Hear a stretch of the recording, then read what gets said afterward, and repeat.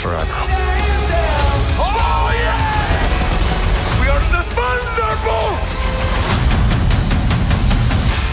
오늘의 썬볼팅카, 지난 시사를 통해 썬더볼츠를 조금 먼저 보고 왔습니다. 오늘은 지난 노스포 리뷰에 이어 썬더볼츠의 스토리순 키워드, 영화 속에 등장했던 모든 떡밥, 또 쿠키 형상의 떡밥 분석까지 썬볼팅크 마지막 열차 출발해볼게요. Yes!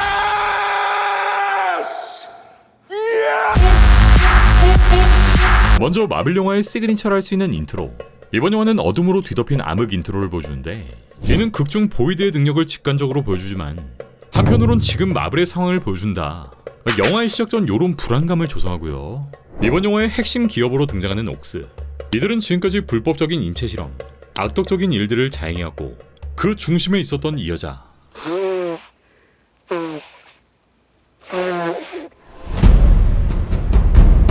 Kind of a cutie, don't you think? 그룹의 회장 자리에 발이 위치했는데, 하지만 그녀는 CIA의 국장이 되었고 그녀를 탄핵하기 위한 공판이 열리며 과거를 세탁하기 위해 옥스의 모든 자료를 소각합니다. 네, 이번 영화의 중심엔 그녀가 위치해 있죠. 지난 와칸다 포에버에서 보여준 것처럼 그녀는 사페 기질이 다분했고, Ever thought what we would be doing if the US was the only country in the world with vibranium? I actually dream about that. 결국 증거가 될 썬더볼츠 멤버들까지 죽이려 했는데, 네, 여기가 바로 옥스의 창고식 저장고였고 이들이 진행하던 프로젝트 센트리의 결과물이 남아있었던 거. Who are you? I'm Bob. 이번 영화의 시점 자체가 지난 분유월 이후, 그러니까 대통령이 빨간 괴물로 변한 이후의 시점. 미국의 안보는 심각하게 위협받고 있으며 어벤져스조차 공석인 상황이기에 이번 영화에서 발은 누구보다 날뛰고 본인의 영향력을 과시합니다. 네, 이렇게 치타우 리셉터, 과거 어벤져스 타워 등 히어로들의 유산을 닥치는 대로 긁어모았고, How crazy is it to think of all the monumental fights that happened exactly here where you're standing? 이 국가 자산을 통해 시민들의 신뢰를 회복하고 동시에 자신의 정치적 지분을 극대화하며 자신을 모든 사건의 해결사로 포지셔야 합니다. 야, 진짜 갈비 한 대만 치고 싶다. 한편 이번 영화에서 가장 충격적이었던 게 이분, 테스크마스터의 허무한 죽음인데, 뭐 영화 보기 전부터 일찍이 날아갈 건 예상하고 있었지만 서로가 서로의 꼬리발길을 했던 초반, 이 고스트의 총알에 머리가 날아가 버리죠. 테스크마스터는 블랙위도에서 처음 소개됐는데,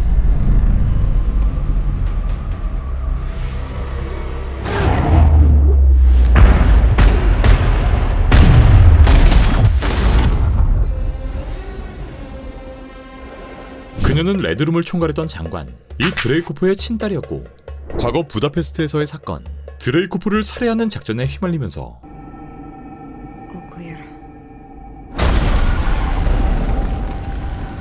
이렇게 흉측한 얼굴을 가지게 됩니다. 그것도 모자라 아버지 드레이코프에게 세뇌당하며 암살자의 인생으로 평생을 살아온 거.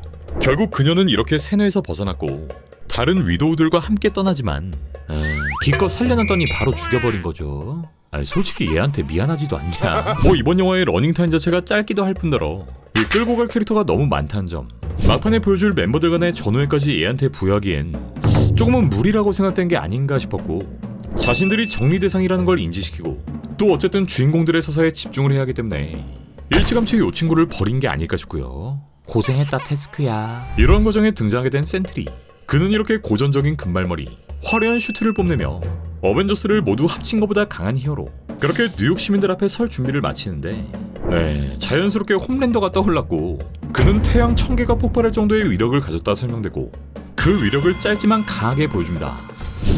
아, 이때 센트리의 액션이 너무 짧았던 게 아쉽기도 하지만 사실 센트리에 비하면 얘는 그냥 개미새끼에 가까운 존재이기 때문에 센트리의 액션 비중을 할애하기엔 좀 무리가 있었다. 오히려 센트리의 액션 자체를 보여줄 대상 자체가 아니었다 라는 정도로 생각을 정리할 수 있었고, 이 센트리의 능력과 액션씬은 입이 떡 벌어질 만큼 지렸고 앞선 슈퍼맨들을 웃도는 스킬, 염력으로 모든 걸 대응하는 미친 스킬을 보여줍니다. 네, 여기선 버키의 팔을 딸깍 뽑아버리고 우리 짭틴의 방패를 타코로 만들어버리진 않나. 그리고 개인적으로 킬퍼였던 이 장면, 엘리베이터 타고 다시 내려가는 멤버들, 요런 매력이 진짜 썬더볼츠라는 생각이 들었고요. 이후 발은 그에게 명령을 내리지만 센트리는 이렇게 대답합니다. Why would a god take orders from anyone at all? Maybe I need to show you. 네, 그렇게 킬 스위치를 통해 그는 사망했고 대신 보이드라는 존재가 튀어나오지만 마지막 엔딩에서 밥이 언급했던 말, 내가 센트리가 되면 다른 애도 나와서 안 된다. 라는 말을 꺼냈기 때문에 이후 결정적인 순간에 밥은 센트리가 되고 이번 영화 속 미친 능력을 다시 보여주겠죠. 사실상 센트리가 선역으로 돌아섰기 때문에 이 매치가 벌어질 가능성은 크지 않겠지만 원작에서 보여줬던 헐크와의 전투, 도르와의 전투, 또 널과의 전투까지 정말 행복회로를 가동하게 만드는 존재였습니다.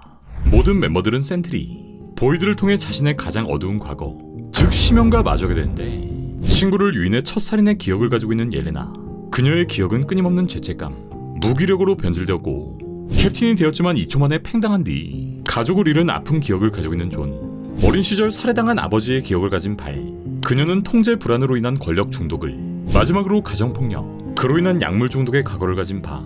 그렇게 그는 공허 그 자체가 되어버리는데 이후의 과정에서 밥의 상처와 인간성을 보여주고 그도 남들과 같은 인간, 생존자라는 사실을 조명합니다. 이번 영화를 관통하는 공허라는 단어, 이는 선과 악을 가리는 잣대를 넘어 모든 사람들이 품고 있는 상처와 트라우마, 지금의 나는 내 안의 상처를 외면하고 있진 않은가, 타인의 어둠을 마주할 용기가 있는가에 대한 메시지를 전달하는데 결국 서로에게 마음의 문을 연 멤버들은 깨닫게 됩니다. 상처는 숨길수록 괴물이 되지만 나눌수록 빛으로 바뀐다는 사실을, 그리고 서로의 공허를 껴안는 순간 비로소 진짜 영들이 탄생합니다. 사실 이런 플롯이 조금 뻔하긴 했지만 저마다의 서사와 상처, 또 결함을 가지고 있는 이들이 서로의 부족함을 메꾸는 과정이 참 인상적이었고요. 이 썬더볼츠라는 가칭 아래 모였던 멤버들, 이들은 결국 뉴 어벤져스로 다시 태어납니다. 이 영화의 제목 뒤에 붙은 별표, 주석이나 오타 수정에 쓰이는 기호처럼 이들이 더 이상 썬더볼츠가 아니라 어벤져스라는 사실을 영화의 끝에 알려주는 장치로 작용했죠. 개인적으로 이번 영화는 적당한 유머, 적당한 코미디를 가진 마블 영화가 아닐까 싶은데 일단 이 뚱보 산타가 그 중심에 있으시고요. 모든 관객이 뿜었던 건 등을 맞대고 터널을 올라가는 씬, 타코처럼 접혀진 짭틴의 방패, 이 밥 먹듯이 언급하는 축구팀 이름 등등이 있는데 더 생각나는 거 있으시면 댓글로 한번 부탁드릴게요. 이번 영화의 쿠키는 총 2개. 첫 번째 쿠키는 마트에서 장을 보는 아줌마, 이 아줌마에게 시리얼을 추천하는 남자, 바로 뚱보 산타였고 자기 얼굴이 박혀있는 썬더볼츠 시리얼이었죠. I teamed up with Wheaties since your chance to get it because in this case, you may not get a second shot. And be the heroes on the Wheaties box with a little kitty toy. 실제 미국 시리얼인 위티즈, 여긴 유명 스포츠 스타들을 패키지에 넣는 전통이 있는데 아줌마는 시리얼을 받아들고 가다 버리고 끝까지 코믹한 알렉세이의 모습으로 끝이 납니다. 자, 다음으로 이번 영화의 핵심인 두 번째 쿠키. 이번 영화로부터 14개월 후 대략 2028년이 된 시점, 새로운 어벤져스 본부엔 새로운 헤어스타일, 새로운 슈트를 입은 뉴 어벤져스가 등장합니다. 일단 기본적으로 다 겁나 촌스럽고요. 이들은 썬더볼츠에서 어벤져스가 되었지만 정작 공식적으로 인정하진 않는 분위기.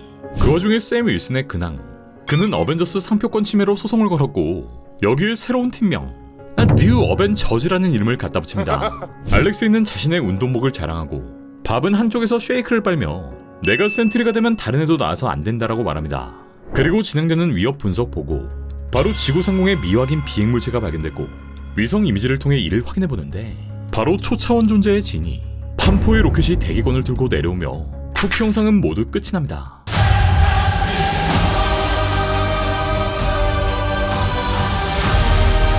네, 마지막엔 뉴 어벤져스와 밥은 다시 돌아온다 라는 전통적인 문구가 등장하고요. 네, 그리고 진짜 오랜만에 이 마블 영화 끝난 후에 관객들이 소리 지르고 박수를 쳐주셨는데 사실 지금까진 폭스에서만 요 판포를 볼 수 있었고 이 MCU에서 이들의 존재는 굉장히 귀하기 때문에 이 마블 팬으로선 지르지 않을 수가 없었던 거죠. 먼저 촌스러운 머리와 유니폼을 입은 멤버들, 이는 셀프 디스로 향후 관객들의 기대감을 낮추는 전략이 아닐까 싶고 언제든 센트리로 변할 수 있다 암시한 바, 그는 이미 둠스의 캐스팅 명단에 올랐기 때문에 이후에도 위험한 3단 변신이 이어질 것을 암시합니다. 향후에 센트리가 다시 전투에 참전하고 이 닥터둠과 조우하게 된다면 둠의 어두운 과거, 그의 트라우마를 보여줄 연결고리가 될 수 있겠죠. 그리고 등장한 판포의 로켓, 이는 바로 3개월 후에 개봉하는 마블 영화 판포의 연결을 직접적으로 암시하는 장면으로 이들은 초차원적인 존재라 표현되고 현재 이들이 위치한 이곳 지구 616으로 건너오는 장면을 보여줍니다. 네, 7월 개봉하는 판포의 배경은 이 지구 616이 아닌 또 다른 우주로 무려 1960년대의 배경을 보여주는데 이 지구엔 판포만이 유일한 히어로로 존재하며 해당 지구에선 알 수 없는 사건이 발생하고 Are you the protectors of this world? Yes, we are. Your planet is now marked for death. 결국 본인들의 지구를 떠난다는 걸 암시합니다. 이는 지금까지 판포 띵크를 통해 자세히 다뤘는데 이 영화에선 결국 특정 존재에 의해 지구가 파괴되거나 혹은 알 수 없는 존재가 우주에 등장했고 팜포의 멤버들은 본인들의 행성은 물론이고 전 우주의 위협을 알리기 위해 이 지구 616으로 넘어오는 게 아닐까.